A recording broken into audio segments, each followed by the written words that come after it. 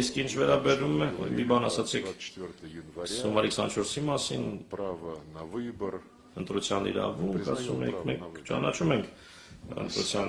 իրավունքը։ Մենք նախկինի պես շատ ջերմ հարաբերություններ ունենք հայ ընկերների, հայ բարեկամների հետ, իհեճուկս մի շարք խնդիրների, որոնք ծագեցին հարաբերություններում։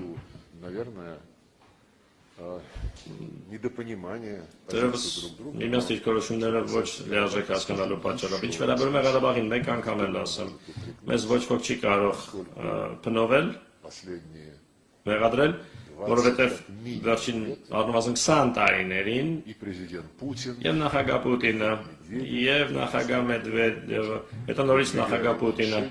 առաջ էին մղում լուծումներ, որոնք ապահովում էին արդար մոտեցում, խաղաղ բանակցությունների միջոցով։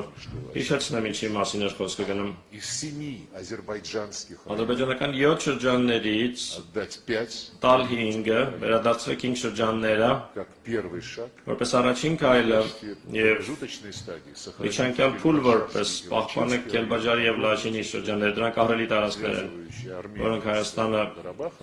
միացնում են Ղարաբաղի հետ։ Պահպանեք դրանք այն կարգավիճակում, որում կան հիմա, հետաձգելով Ղարաբաղի կարգավիճակի հարցի վերջնական լուծումը երկար տարիներով, իսկ փաստացի խոսքը գնում է այն մասին, որ դա հետաձգվի եւ թողնվի ապագա սերունդներին։ Դա երևի ինչ-որ բանով ավելի լավն է, քան այն ինչ հիմա ստացվեց։ Ինչու, որովհետև այդ կոմպրոմիսային առաջարկները, որոնք տարիներ շարունակ առաջ էին մղվում ռուսական ղեկավարության կողմից, մերժվեցին։ Սակայն այո, ընտրության իրավունքը իրացվեց։ Այս պարագայում հրաժարում այն բանաձևից, որը ես հենց նոր հիշեցի։